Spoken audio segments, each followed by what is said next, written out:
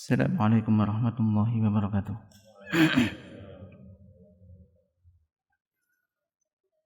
Alhamdulillah hamdan katsiran tayyiban mubarakan fih kama yuhibbu rabbuna wa yarda wa asyhadu an la ilaha illallah wa la syarika lah wa asyhadu anna Muhammadan abduhu wa rasuluhu sallallahu alaihi wa ala alihi washabihi ajmain, amma ba'd. Hadirin sekalian yang dirahmati Allah Subhanahu wa taala, alhamdulillah kita senantiasa memanjatkan puji syukur kehadirat Allah Subhanahu wa taala yang telah menghidupkan kembali kita setelah mematikan kita, dan setelah kita tidur kita bisa kembali hidup, kembali beraktivitas. Ini semua karena Allah Subhanahu wa taala.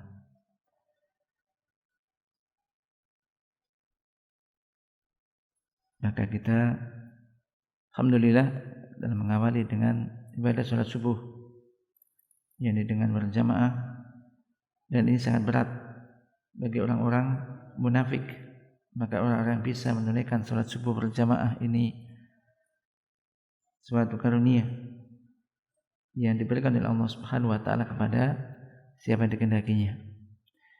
Insyaallah kita akan melanjutkan pembahasan kita masih berkaitan dengan yakni rukun Islam yang kemarin sampai di yang kedua, ya, yaitu apa? Mendirikan sholat.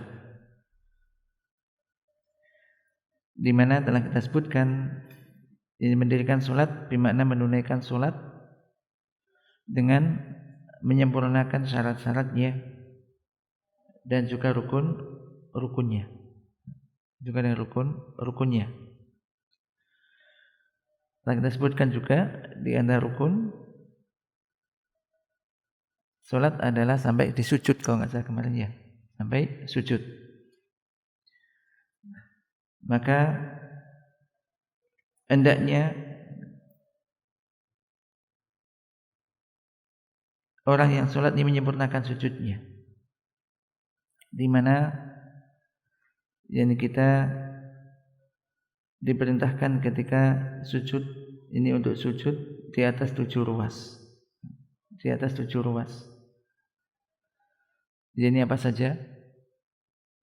Yang pertama adalah kening. Kening, dan termasuk di situ adalah hidung. Termasuk hidung. Kemudian wal kaffaini, 2 telapak tangan. Jadi 1, jadi jabhah termasuk hidung di sini, masuk 1 hitungan. Kemudian telapak tangan kanan dan kiri 2, 3. Kemudian rukbataini, kedua lutut 4, 5. Kemudian atrof al-qadamaini. Atrof berarti ujung-ujung kedua kaki.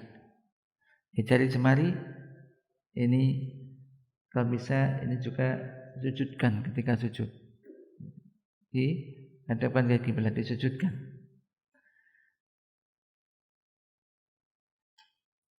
Ini adalah yang 7 anggota badan yang kita diperintahkan untuk sujud di atasnya.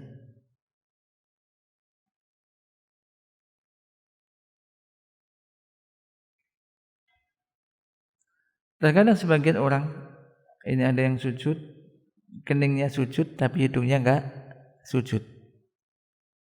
Keningnya sujud, hidungnya tidak sujud, maka tidak boleh. Maka perhatikan ini. Jadi bukan hanya ujung ini apa? Keningnya tok. Jadi ketika dilihat ini hidungnya enggak nempel. Maka ini harus ditekankan, ditempelkan. Jadi dia ya ditekankan, jadi wajah ini kening dan juga termasuk adalah hidung.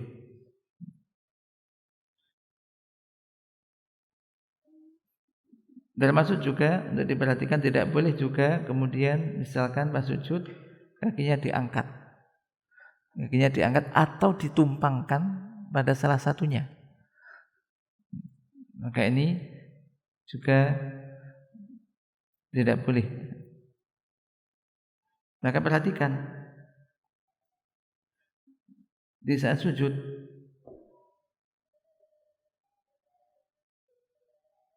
maka seyogyanya manusia jadi yadumma qadamaihi, jadi kedua telapak kakinya ini dekatkan telapak kaki ya. Kemudian juga kalau lutut sebagaimana biasanya normal saja. Kemudian juga ada pun telapak tangan ini sejajar dengan kedua pundak atau jadi dimajukan sedikit, jadi di antara itu kedua pundak dan telinga sejajar dengan itu. Nah,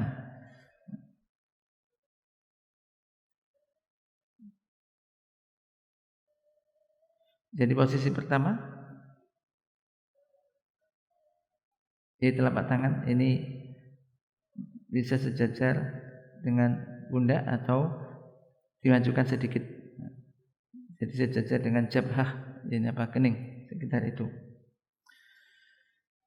Keduanya ini warid dari Rasulullah SAW. Kemudian juga seyogyanya ketika sujud, ini Anda jauhkan antara adud, jadi ini lengan atas ini dengan tidak ditempelkan pada pinggangnya, tapi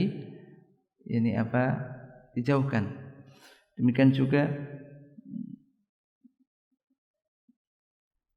punggungnya diangkat, tidak ditempelkan dengan pahanya.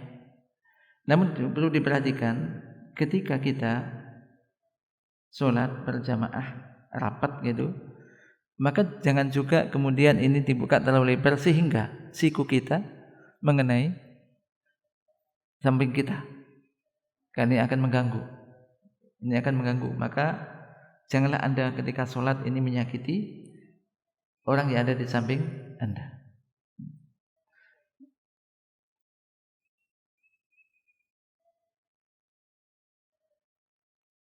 Jangan sampai ingin menegakkan sunnah, jadi kan ada sujud begini kan kelihatan.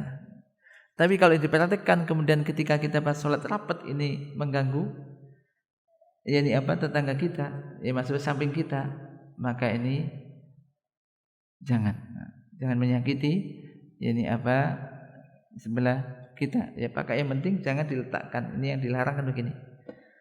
Ada ketika orang sujud itu sholatnya begini tangannya. Diletakkan ini siku sama ini lengan bawahnya ini di tempat sujud. Ini enggak boleh karena ini menyerupai duduknya anjing. Diangkat kayak orang luyu, enggak semangat. Nah, sholat gitu. Ada kadang-kadang begitu. Maka ini yang tidak boleh. Ini yang tidak boleh, harus diangkat sikunya. Kemudian juga ada sebagian orang kadang ada sujud ini sampai bahasa itu ndelosor ya. Terlalu kayak tiarap. Tahu tiarap? Terlalu maju. Jadi pahannya ini akhirnya begini bentuknya. Tidak tegak tapi agak maju begini. Dengan ditekankan semua ke depan. Maka ini juga tidak tepat. Jadi inilah kalau lihat ukuran orang sujud itu, mana di titik sujud kita jaraknya berapa? Salah satu adruk atau akrob ya, semacam inilah ya, 3 dirok lah, 1, 2, 3 gitu kan, atau kurang dari itu sedikit. Ini tempat sujudnya, nanti pas, itu mesti pas sujudnya. Nah, jadi kalau terlalu ke depan sehingga bentuk bahannya demikian, ini juga ini kurang, ini tepat. Kemudian perlu diperhatikan seyogyanya ketika dalam keadaan sujud seorang manusia kita ini adalah khusyuk. di dalam khusyuk, tunduk, merasakan itu kita sedang sujud kepada Allah Subhanahu wa taala. Merasakan ketinggian Allah Subhanahu wa taala. Itu maha tinggi. Dan kita meyakini Allah itu adalah wa aliyul azim, maha tinggi. Dia tinggi secara zatnya, tinggi al-qadar dan al-qahr. Jadi Allah itu maha tinggi secara dengan zatnya di atas seluruh makhluknya. Allah Ta'ala berfirman, Sabbihisma rabbikal a'la. Sucikanlah nama Rabbmu, nama Tuhanmu yang maha tinggi. Dan ditetapkannya ketinggian Allah Ta'ala, bahwa Allah itu maha tinggi, disebutkan dalam Al-Quran dan juga Sunnah, dan banyak sekali dalilnya tentang itu.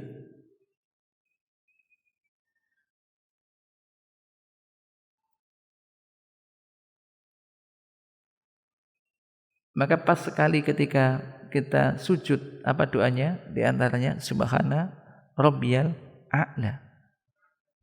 Pas sekali ya. Rasakan bahwa saya manusia ketika sujud, manusia sujud itu meletakkan bagian anggota tubuh yang paling mulia di tempat yang paling rendah. Apa itu? Wajah.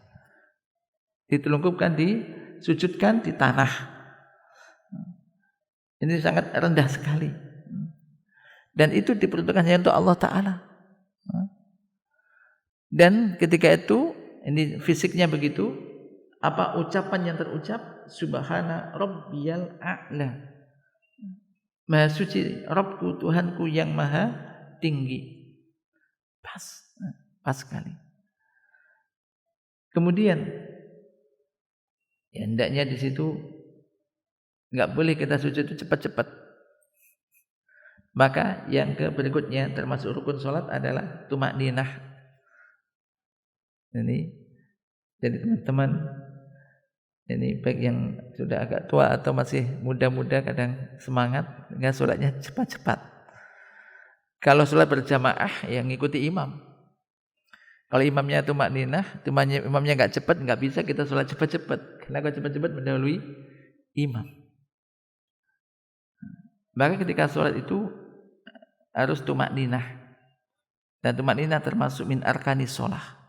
Termasuk rukun salat tumakninah. Nah, tumakninah. Tumakninah ini apa?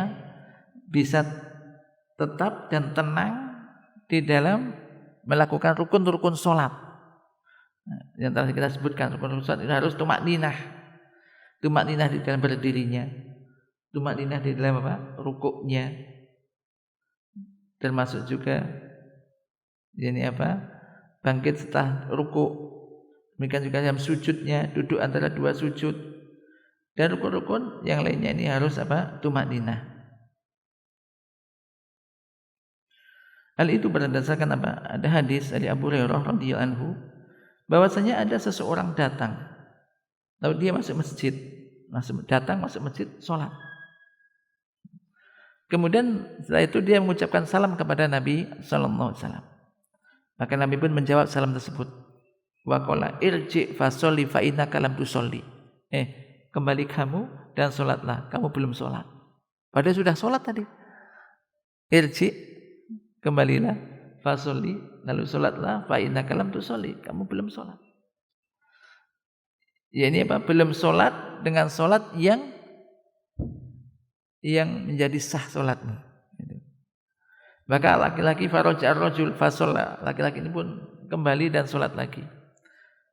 Tsumma jaa fa sallama ala Nabi sallallahu alaihi wasallam faradda alaihi salam. Kemudian ia pun datang lagi, kemudian mengucapkan salam kepada Nabi sallallahu alaihi wasallam. Kemudian Nabi pun menjawab salam tersebut. Nabi mengatakan lagi irji fa sholli fa innaka lam tusolli, kembali kamu salat lagi, kamu belum salat. Maka ia pun kembali dan sholat, akan tapi sholatnya seperti sholat yang pertama. Kemudian datang lagi kepada Nabi SAW dan mengucapkan salam kepada Nabi. Nabi pun menjawab salamnya dan Nabi mengatakan lagi irji fa sholli fa innaka lam tusolli, kembali kamu, kamu belum sholat. Sholatlah, kamu belum sholat. Faqala, akhirnya ia mengatakan, waladi ba'asaka bil haqqi la uksinu ghairu hadza fa'alimni. Demi zat yang mengutus engkau dengan benar, aku tidak bisa sholat lebih baik dari ini. Ajari aku sholat. Sekali salah, ulang lagi. Kedua, sholat begitu lagi, ulang lagi. Ketiga, ulang lagi. Akhirnya sampai 3 kali, sampai mengatakan, demi zat yang mengutus engkau dengan benar, maka aku enggak bisa sholat lebih baik dari ini. Bisa aku begini. Fa'alimni, ajari aku sholat. Dan ini adalah faedah. Ini ada faedah dari apa yang dilakukan oleh Nabi SAW, yaitu tidak langsung mengajarinya di kali pertama, tapi berulang-ulang. Diulang, ulang lagi, tetap lagi 2 kali, 3 sampai 3 kali. Supaya apa? Agar ia ini, kalau begitu saya salah nih, ada yang salah nih. Apa salahnya? Coba diajari. Coba diajari. Nah, ini minta untuk diajari. Berarti rindu akan ilmu, kepingin ilmu tersebut.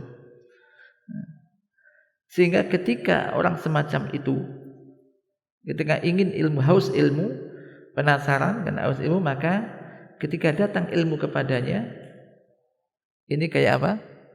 Kayak hujan yang masuk ke dalam bumi yang kering. Akhirnya langsung diterima gitu. Maka ia bersumpah tadi bahwasanya ia tidak bisa sholat lebih baik dari itu. Minta kepada Nabi SAW untuk mengajarinya. Dan telah diketahui bahwasanya Nabi tentu akan mengajarinya. Akan tetapi tentu ini ada bedanya antara meminta dan diberi. Ada orang kalau yang ngaji belajar itu, ada yang ingin diajari, datang ingin diajari, dan ada yang dikasih-kasih walaupun dia tidak mau. Beda kan? Asalnya beda. Maka ini ketika orang itu minta untuk diajari, berarti itu nanti biasanya harusnya memang ini lebih kuat di dalam memegang apa yang diajarkan kepadanya. Dan juga lebih mengingat apa yang diberikan kepadanya. Maka terutama ini pun demikian. Ketika Anda para tulab, khususnya ke ma'had, ini kan datang untuk apa? Untuk mencari ilmu. Mencari ilmu yang benar. Ilmu yang sesuai dengan Quran dan Sunnah. Ibarat kita itu mencari, haus, diberi minum, ya diminum, diberi makan, makanan itu dilahap dengan baik. Beda dengan orang yang sudah enggak mau, udah mau muntah-muntah dikasih-kasih, sudah enggak dimakan, enggak diambil. Karena kita datang mencari, maka perhatikan ini, apa yang diajarkan benda Quran wa Sunnah, dari Al-Quran dan Sunnah, ini pegang kuat-kuat, ingat. Kuat-kuat. Ketika ini sesuai dengan Al-Quran dan Sunnah, sesuai dengan apa yang dipahami oleh para sahabat, tabi'in, tabi'in, maka ini apa? Pegang kuat-kuat. Ini perhatikan ini. Ini bersumpah demi zat yang mengutus Nabi dengan benar, dia tidak bisa sholat lagi dengan yang lebih baik dari itu. Fa'alimni, maka ajari aku, minta diajari. Maka di sini juga tidak mengatakan wallahi, tidak mengatakan demi Allah, tapi demi zat yang telah mengutus engkau dengan membawa kebenaran dengan benar. Ya, ini apa? Ini untuk mengakui dengan pengakuan yang tinggi bahwasanya apa yang disampaikan oleh Nabi sallallahu alaihi wasallam itu adalah benar. Itu adalah benar. Maka Nabi alaihi salatu wassalam bersabda kepada orang ini,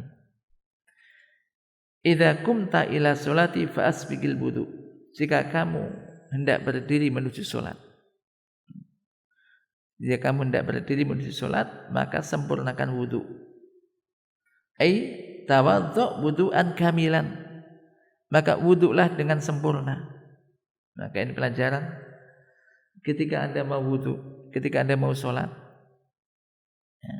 Sama adik-adik juga, ini sempurnakan wudunya.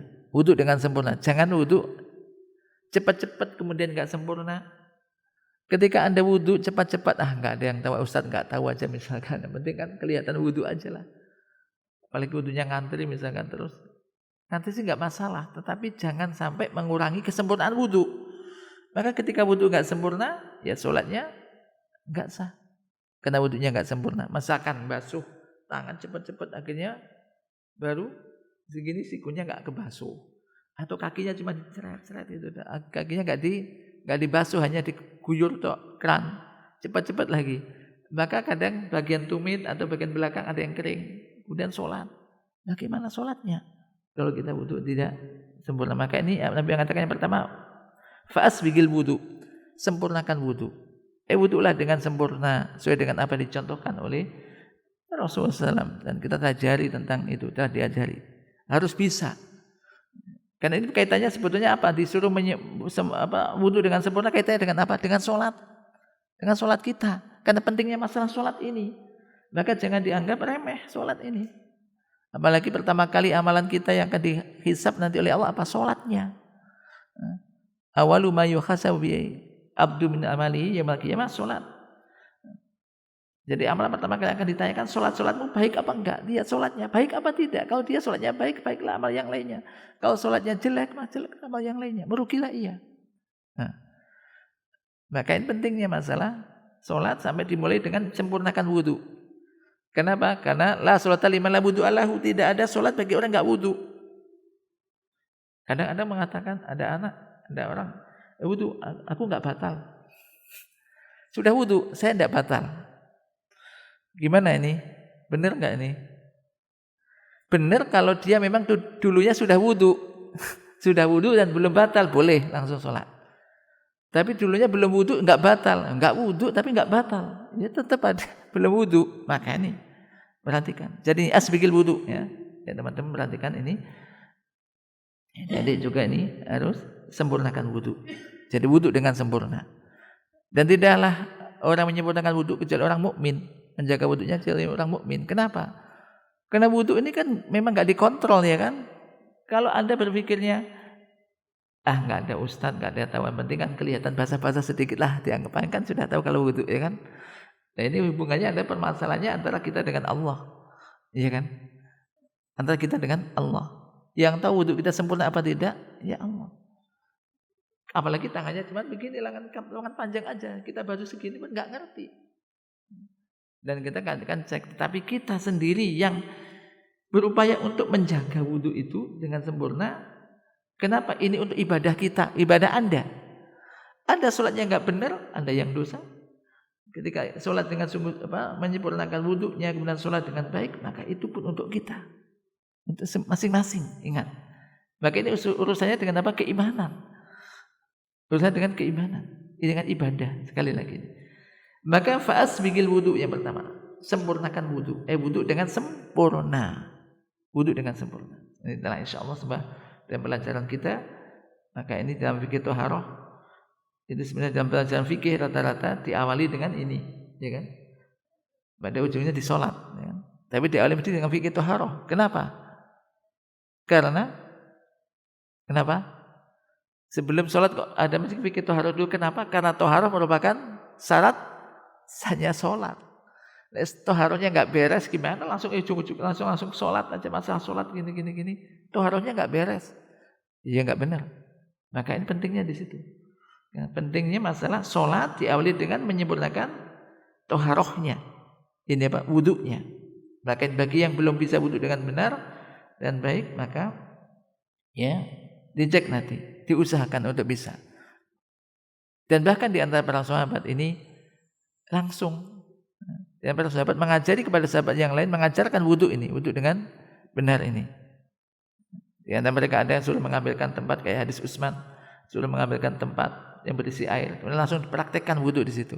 Karena praktek itu lebih cepat untuk diingat. Gak usah bayangkan gini-gini, langsung dilihat aja. Nah, ini. Dan saya husnudon ini semuanya insyaallah sudah diajarkan. Ada yang belum tahu? Insyaallah sudah ya. Nanti kalau belum tahu ditanyakan, tanya pada ustaz, pada teman yang lebih langsung sudah tahu. Ini penting. Ini penting. Tanya. Kemudian kita lanjutkan. Summa istaqbil al-qiblah fakabbir. Kemudian menghadaplah kamu ke kiblat, lalu bertakbirlah. Lalu bertakbirlah. Jadi bertakbir saya kul kata ucapkan Allahu Akbar. Itu namanya apa ini? Takbiratul ihram. Ini harus karena ini masuk rukun. Takbiratul ihram. Ini. Semakra ma tayassara ma'aka minal Qur'an. Kemudian bacalah Al-Qur'an yang mudah bagimu. Ya maksudnya ini Al-Fatihah. Nah, maksud di sini adalah membaca Al-Fatihah. Karena ini ada rukun. Kemudian kembali ke sini. Sumarka khatatat ma'ina roki'an. Kemudian rukuklah. Khatatat ma'ina roki'an. Rukuklah sehingga kamu rukuk dengan tatma'in, maksudnya apa? Tenang. Maksudnya apa? Tumakninah. Rukuk dengan tumakninah. Itu maknahu la tusri'. Jangan cepat-cepat. Cepat-cepat ini cepat membaca. Begitu rukuk belum sampai rukuk sudah subhanarabbil azim. Masih di jalan sudah sambil jalan baca. Ini kadang-kadang menjadikan orang enggak tumakninah. Begitu sudah sampai tinggal sedikit bacaannya langsung bangkit. Nah ini jangan segera masuk untuk membaca doanya, tapi sampaikan doa Allahu Akbar, rukuk baru baca doa. Nah, gitu kan. Jadi tenang, rukuk. Jangan sampai Allahu Akbar masih begini sudah bangkit lagi. Belum sampai 90 derajat. Ini masih Allahu Akbar, Allahu Akbar. Memang imbang biasanya kalau ininya cepat, kemudian cepat semuanya. Ini enggak tumakninah. Ini bahaya sholat semacam ini. Kenapa? Tadi suruh ulang tadi sholatnya enggak tumakninah. Intinya kenapa suruh ulang-ulang? Ini kan enggak tumakninah. Tidak tumakninah jadi sebabnya. Nah, kemudian sumarfa hatta tatma'inna qa'iman. Kemudian kamu bangkitlah dari rukuk sampai kamu bangkit dengan berdiri dengan tumakninah. Dengan tumakninah. Sami Allahu liman hamidah. Tenang dulu. Jangan sampai gini, sami Allahu liman hamidah sampai sini, langsung turun. Begitu sujud pun sedikit langsung bangkit. Nah ini terlalu cepat, tidak boleh. Tidak boleh. Dan jangan Anda bedakan ketika ada masalah ini kan sholat sunnah. Cepat-cepat enggak apa-apa, yang penting enggak sholat wajib. Sama saja, namanya sholat ya sama. Rukunya sama, bukan berarti kalau sholat sunnah rukunya dikurangi lah. Kalau sholat sunnah enggak apa-apa, cepat-cepat. Mau sholat tarawih atau sholat qobliyah ba'diyah sama saja. Nah, perhatikan ini. Apalagi sholat wajib, ya kan? Kemudian semarfa hatta tatma'inna qa'iman. Ya maksudnya apabila kamu bangkit dari rukuk, maka tumakninahlah sebagaimana kamu tumakninah di dalam rukuk. Ini. Oleh karena itu termasuk sunnah, hendaknya kiranya rukuk dan juga bangkit dari rukuk itu mutasawiyaini, hampir sama. Hampir sama. Apanya? Ya agak lama. Hampir sama. Antara rukuk dan juga ini bangkit dari rukuk ini hampir sama. Oke, mutaqaribaini hampir samalah. Ya, lamanya gitu. Kemudian setelah itu semasjud hatta tatma'inna sajidan. Kemudian sujudlah hingga kamu sujud dengan tumakninah. Ingat. Yaitu tatma'inna wastaqir. Ya sujud dengan tumakninah. Ya paling enak ini sujud sebetulnya. Kenapa? Posisi sujud ingat ya. Anda sujud itu adalah posisi yang paling dekat dengan Allah. Aqrabu ma yakunu abdu mir rabbi fa huwa sajidun. Fa aktsirud du'a. Sedekat-dekat jarak antara seorang hamba dengan Rabb-nya, dengan Tuhannya adalah pada waktu sujud. Pada waktu sujud, perhatikan. Fa aktsirud du'a, maka perbanyak doa di situ. Maka kalau orang ngerti, maka di saat sujud ini dia tidak akan sujud cepat-cepat. Nah, sujudnya agak lama. Baca apa Ustadz itu? Saya baca subhana rabbiyal a'la udah selesai. Ini imamnya belum bangkit-bangkit. Terus Anda diam atau ngelamun. Atau apalagi batin, imam ini lama betul saya sudah selesai baca belum? Selesai juga. Enggak boleh begitu. Kalau kita sudah selesai baca subhana rabbiyal a'la, ini minimal sekali, adnal kamal 3 kali, minimal sempurna 3 kali, dan boleh lebih dari itu. Kalau misalkan kita sujud sholat berjamaah, imamnya belum bangkit, kita sudah selesai subhana rabbiyal a'la, subhana rabbiyal a'la, subhana rabbiyal a'la, subhana rabbiyal a'la, sudah 3 kali, imamnya kok belum selesai juga, baca terus subhana rabbiyal a'la, lebih dari 3 boleh. Jangan diam, bengong, kemudian hanya tadi itu nggak baca apa-apa, baca. Baik. Jadi ini ingat sujud ini posisi yang paling dekat. Fa'aktsiru doa, maka perbanyak doa. Perbanyak doa. Doa sujud. Hafal berapa macam? Fikri. Subhana rabbiyal a'la. Hafal. Selain subhana rabbiyal a'la ada lagi yang dihafal? Ada lagi hafal doa sujud selain subhana rabbiyal a'la? Teman-teman? Tulab? Ada lagi? Apa lagi? Apa lagi selain doa, selain subhana rabbiyal a'la dalam sujud? Ada yang lain? Ada yang hafal lagi? Subhanakallahumma rabbana wa bihamdika Allahumma firli, di antaranya. Nanti banyak doa-doa sujud itu. Nanti dibaca di doa zikir dan doa itu banyak. Ini. Jadi ini faktil doa, perbanyak doa di situ. Maka ini doa di waktu sujud itu adalah lebih besar kemungkinannya untuk diijabahi. Untuk diijabahi, untuk dikabulkan. Nah, maka ini dari sini kita pelajaran jangan cepat-cepat ketika sujud. Nah, jangan cepat sekali. Maka tidak boleh larangan ketika sujud itu menyerupai apa? Menyerupai yakni burung atau ayam yang mematuk makanan di tanah. Apa? Cepat. Allahu Akbar, Allahu Akbar. Enggak boleh ini. Ini enggak boleh. Nah, kayak gurop, kayak burung gagak matuk-matuk makanan di tanah. Sangat cepatnya maksudnya, sifatnya. Enggak boleh. Ini enggak boleh. Harus tumakninah. Harus tumakninah. Bahkan kita diperintahkan untuk memperbanyak sujud ini. Sekali lagi sujud dengan tumakninah. Kemudian sumarfa hatta tatma'inna jalisan. Kemudian bangkitlah dari sujud hingga kamu duduk dengan tumakninah. Hatta tatma'inna jalisan. Ini duduk antara 2 sujud. Duduk antara 2 sujud. Ini juga harus betul-betul sempurna. Allahu Akbar. Sudah ada sujud. Ini tumakninah. Kemudian sumasjud hatta tatma'inna sajidan. Kemudian sujud lagi dengan tumakninah. Sujudlah dengan tumakninah. Hatta tatma'inna sajidan. Ini sujud yang kedua. Kemudian setelah itu qala summa al dzalika fi sholatika kulliha. Kemudian lakukan hal itu di salatmu seluruhnya. Lakukan. Jadi rukun-rukun ini yaitu berdiri, ruku, bangkit dari ruku, kemudian sujud, duduk di antara 2 sujud, sujud kedua, semua itu lakukan dengan tumakninah. Fi jami'is shalah maksudnya di rakaat kedua pun demikian. Dan selanjutnya pun demikian.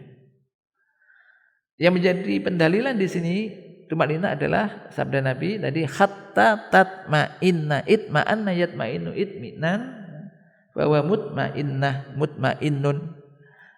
Ini hatta tatma'inna maksudnya di sini adalah ini apa sampai engkau lakukan itu dengan tumakninah. Dan dikaitkan dengan sabda sebelumnya yaitu inna kalam tusolli. Sebenarnya kamu tadi kan ada orang sholat, suruh ulang lagi, kamu ulangi sholatmu, kamu belum sholat. copot lagi sholatnya, ulang kamu belum sholat. Nah, ini menunjukkan bahwasannya orang yang sholatnya enggak tumakninah, fala sholata lahu, maka tidak ada sholat baginya. Maka ini perlu diperhatikan. Nah, ini menunjukkan apa? Agungnya sholat.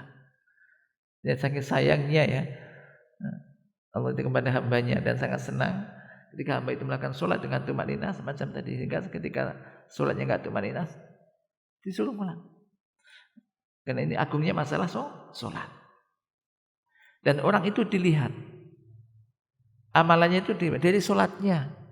Ingat, orang itu misalkan orang mondok, nyantri pesantren lama, sholatnya kan kayak gitu misalkan, cepat dan apa. Atau juga bukan sholat tapi lambat. Lambat itu maksudnya dari si waktunya. Udah waktu azan, sholat enggak segera datang. Nah ini juga menunjukkan enggak boleh kita sholat walaupun di pondok atau di rumah, enggak boleh sholat itu malas-malas. Karena orang yang malas berdiri sholat itu sifat siapa? Orang munafik. Orang munafik itu kalau mau sholat itu kusala, wahum kusala, malas, lambat. Maka ini tidak boleh. Baik. Jadi tumakninah ini memang sebagian ulama mengatakan, ya ini ada yang mengatakan itu namanya sebatas ucapan yang wajib untuk dibaca dalam rukun. Padahal kalau yang wajib dibaca ketika ruku ya subhana rabbiyal azim, ketika sujud subhana rabbiyal a'la. Ada juga yang lebih dari itu. Zahirnya adalah tentu lebih dari itu. Ini supaya kelihatan tumakninah. Kan kelihatan orang tumakninah. Jadi tumakninah ini tentu berkaitan dengan khusyuk ya. Tumakninah ini jadi sekali lagi boleh baca subhana rabbiyal a'la contohnya ini enggaknya sekali tentunya. Memang bacaan wajib para ulama mengatakan sekali. Contoh misalkan ada orang cepat sekali imam ini gimana kita? Ya minimal Anda bisa baca subhana rabbiyal a'la sekali. Ya kalau ada kamal bacaan yang sempurna 3 kali. Kalau lebih dari itu boleh 5 kali misalkan. Sampai 10 kali boleh. Nah, ini. Jadi ini berkaitan dengan kalau makmum enak, makmum itu mengikuti imam. Ya. Tapi kan selain sholat fardu kan kita ada sholat apa? Sunnah, ada qobliyah, ada ba'diyah, dan ini diperhatikan. Usahakan jaga sholat-sholat nafilah, sholat-sholat sunnah itu penting. Kenapa? Karena sholat nafilah ini bisa untuk menyempurnakan sholat-sholat wajib yang enggak sempurna. Maksudnya enggak sempurna ini mungkin pas sholat itu kita kadang mikir sana mikir sini ya. Sholat ini kadang-kadang pikirannya tidak hanya untuk sholat kadang-kadang kan. Kalau orang dulu ketika sholat itu bisa khusyuk, jadi ketika sholat itu tidak ingat apa-apa kecuali Allah. Bahkan sampai di Amerika ada ketika mau dicabut kena luka, mau diamputasi atau dioperasi atau dicabut, kena panah dicabut, tunggu aku tak sholat dulu. Karena pas sholat tuh nggak terasa. Kenapa? Saking konsentrasinya. Kalau sekarang kadang-kadang ini kayak ujian kita itu sebelum sholat nggak ingat apa-apa, begitu sholat ingat apa-apa, nyari kunci nggak ketemu, begitu sholat kunci bener, kunci tadi itu di bawah sana, di bawah kasur atau di bawah di saku sana ingat. Inilah harusnya kan dibalik, tapi ini keadaan manusia. Artinya apa? Jaga sholat nafilah ya. Ada qobliyah, ada ba'diyah ya. Dengan sholat duha misalkan, ini sholat sunnah kerjain ya. Kalau ada waktu kerjakan, jaga.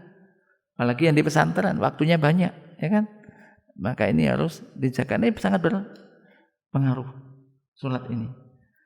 Kenapa? Karena sholat bisa mencegah dari perbuatan apa? Keji dan mungkar. Maka sekali lagi ini pentingnya masalah sholat sampai semacam ini.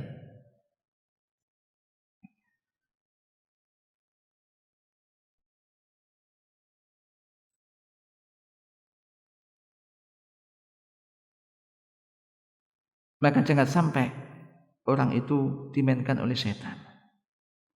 Yaitu dia berdiri di hadapan Allah Azza wa Jalla, dia sedang bermunajat dengan Rabbnya ketika sholat, dia sedang mendekatkan diri kepada Allah, ini bi kalamihi, dengan baca bacaan-bacaan, baca ayat-ayat, dengan memuji dan menyanjung Allah, dengan berdoa.